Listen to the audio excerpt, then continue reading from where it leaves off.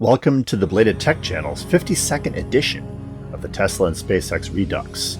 We are reviewing the milestones that occurred on each day in the week of September 13th through September 19th in the history of Tesla, SpaceX, Starlink, The Boring Company, and Elon Musk's other various business ventures. September 13th, 2018. The Washington Post ran another Tesla hit piece on this date titled, quote, Elon Musk said a Tesla could drive itself across the country by 2018. One just crashed backing out of a garage. In the article, the author, Drew Harwell, outlined an incident by one driver who initiated the summon feature in her Model S when it was in her garage while she was in the driver's seat. The car struck the side of the garage opening and tore off a portion of the front bumper. After the driver's husband recounted the experience to Harwell, he engaged in a little hyperbole. Quote, what if we were summoning and there was a child in it we didn't see? You're talking about a big liability and your life is at stake. Harwell used this incident to question Tesla's autonomy mode driver assistance feature as well as summon. He wrote, quote, the crash highlights the growing confidence problem facing driver assistance technology and self-driving cars. The promise of auto-driving, robot-assisted quasi-magical wonder cars has given way to a more nuanced reality. Cars that also stop, don't respond, or crash, often with little warning or explanation. In a tactic commonly used by the prestige media, Harwell hunted for and found one expert who agreed with this analysis at an organization called the Advocates for Highway and Auto Safety.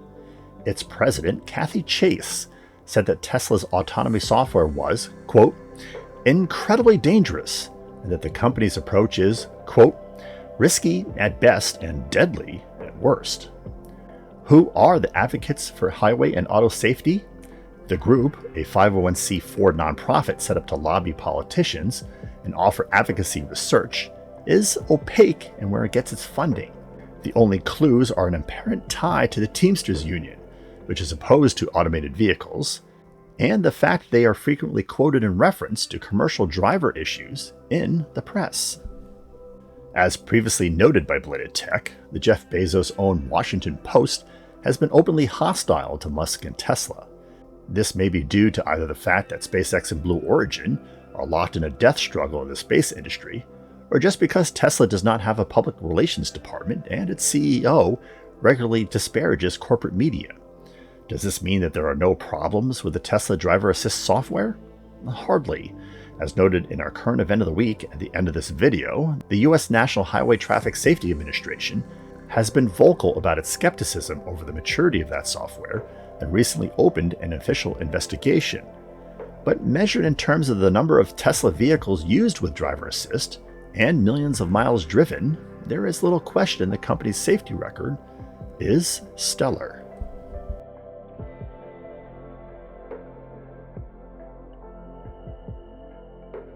September 14th, 2017.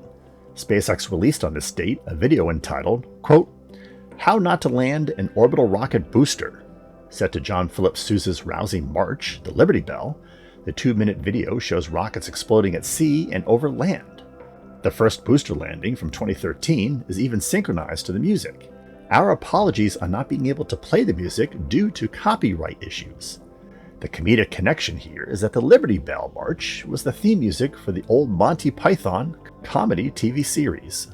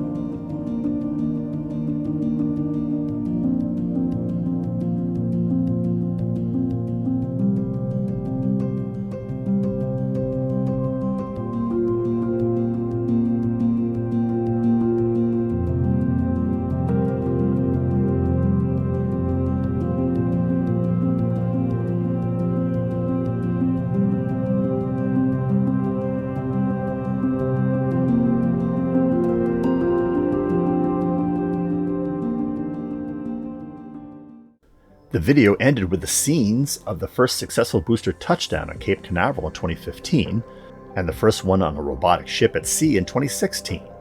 SpaceX is unique in using mishaps and missteps during rocket missions as opportunities to address the public, and was the first company to regularly broadcast full live telecasts of launches, including telemetry and in-orbit video. These practices have been so popular with the public that they have been adopted to varying extent by rivals ULA, Blue Origin, and Rocket Lab.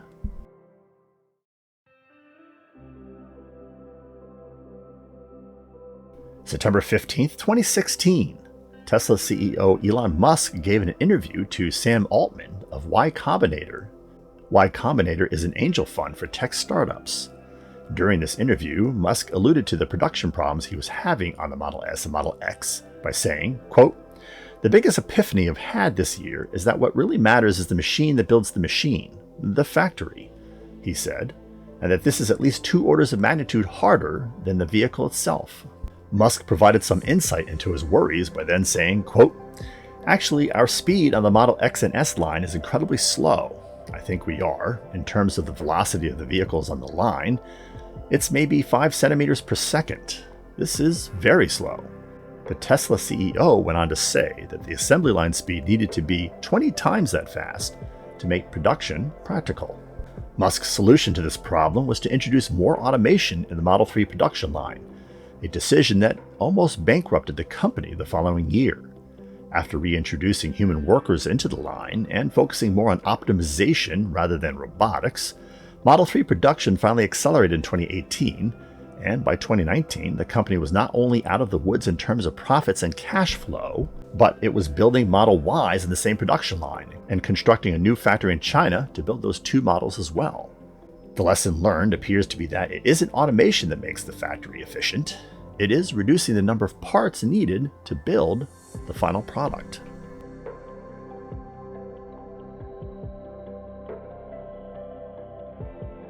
September 16, 2018, Elon Musk tweeted concerning fixing Tesla vehicle accident damage on this date, quote, "Tesla is bringing most collision repairs in-house, as outside firms take weeks to months for repairs, driving Tesla owners and us crazy. Exciting to see some Tesla collision repair operations already completing within 24 hours.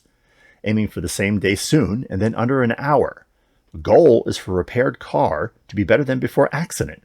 Should always be true if damaged used parts are correctly replaced with newer parts." While it is probable that a Tesla repair center could actually swap body panels and damaged components underneath in fairly short order given ideal conditions, actually getting a repair center to work on and complete repairs to a damaged Tesla in anything less than several weeks to several months was unlikely in 2018 and not much better at the time of this video in 2021. While vehicle unfamiliarity is partially to blame for longer repair times, the lack of parts and their high cost when available is the leading problem area.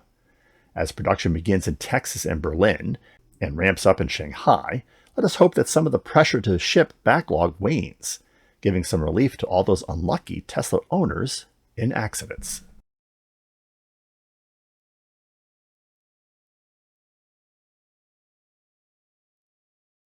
September 17, 2019, Musk tweeted on this date a picture of a Starship prototype being assembled at SpaceX's Cocoa, Florida engineering facility on this date. His caption was, quote, "Area 51 of Area 51. The SpaceX CEO's joke is a riff off of the U.S. Air Force's Area 51 top-secret aircraft testing facility that has long been frequently thought by conspiracy theorists to house more sinister secrets like alien spaceships. The photo is a shot of the Mark IV spaceship. 2 months after the shot was taken, all the Mark serialized starships were disassembled, and SpaceX began using the SNX nomenclature solely for newly built craft, which had started with serial number 1 in October of 2019. It wasn't until August of 2020 that a Starship actually flew, serial number 5 in that case, the third hull that had been fabricated after the completion of Mark IV. At the time of this video, serial number 20 is under construction at the Boca Chica Starbase, the hull intended on making the first orbital Starship flight. The booster that will be used for that flight has not yet been identified by SpaceX, as all 8 test tanks and 3 Super Heavy prototypes that have been built have either been disassembled, retired on site, or returned to the production area for rework. BN4 and BN5, both currently under construction, may be tapped for that flight.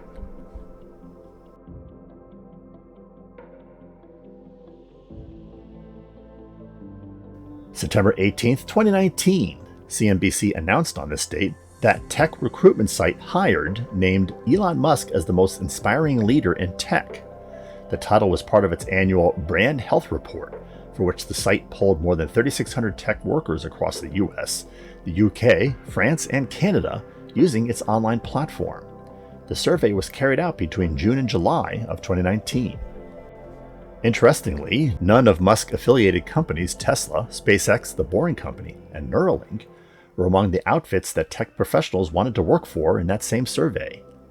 Airbnb, Hulu, Reddit, and Kickstarter were the top private companies, and Google, Netflix, Apple, LinkedIn, and Microsoft were the top 5 public companies. Jeff Bezos was the second most inspiring leader named, and then Microsoft CEO Satya Nadella, Mark Zuckerberg, Alibaba Group CEO Jack Ma, Sheryl Sandberg, Reed Hastings, and YouTube CEO Susan Wojcicki rounded out the top 8. Marissa Mayer, the notoriously ruthless and failed former CEO of Yahoo and former Google executive, was 9th, a fascinating choice.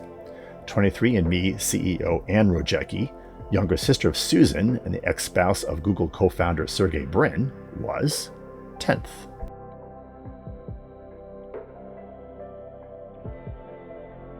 September 19, 2019, Musk tweeted his approval on this date of Daimler's announcement that it was ending new development on ICE power plants and instead focusing on EVs. Musk said, quote, "Electric is the future. Congratulations, Daimler." Daimler's strategic decision meant that the company's current generation of internal combustion engines, including the new inline 6-cylinder engine for the E-Class, S-Class, and its SUVs, will likely be the last gas and diesel engines that the automaker will produce. Daimler said in its announcement that it reserved the right to make further changes in its power plant strategy for its vehicles.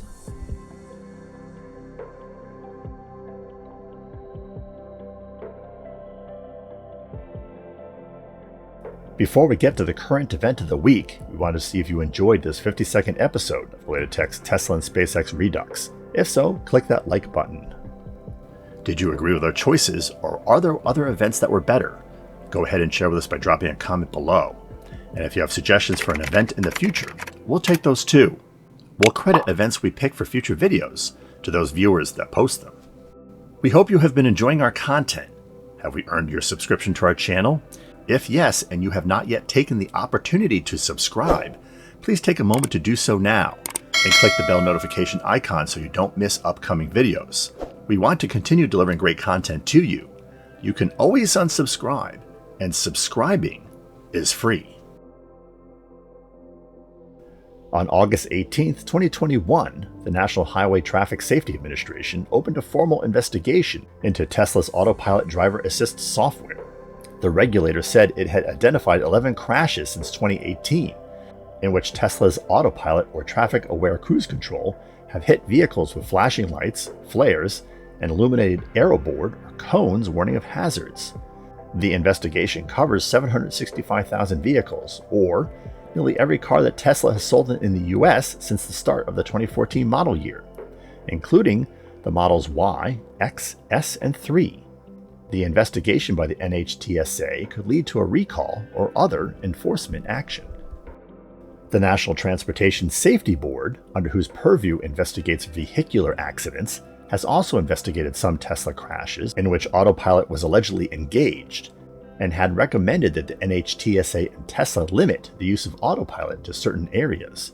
Autopilot is limited to highways and roads that are fully marked with lines on the pavement. The NTSB also recommended that the NHTSA require Tesla to have a better system to make sure drivers are paying attention. Although the NHTSA has been publicly skeptical of Autopilot as marketed by Tesla, the agency has not yet taken action on the NTSB's recommendations, nor has it issued officially required remedies for the software. We previously covered Autopilot specifically in Milestones 18 and Milestones 30.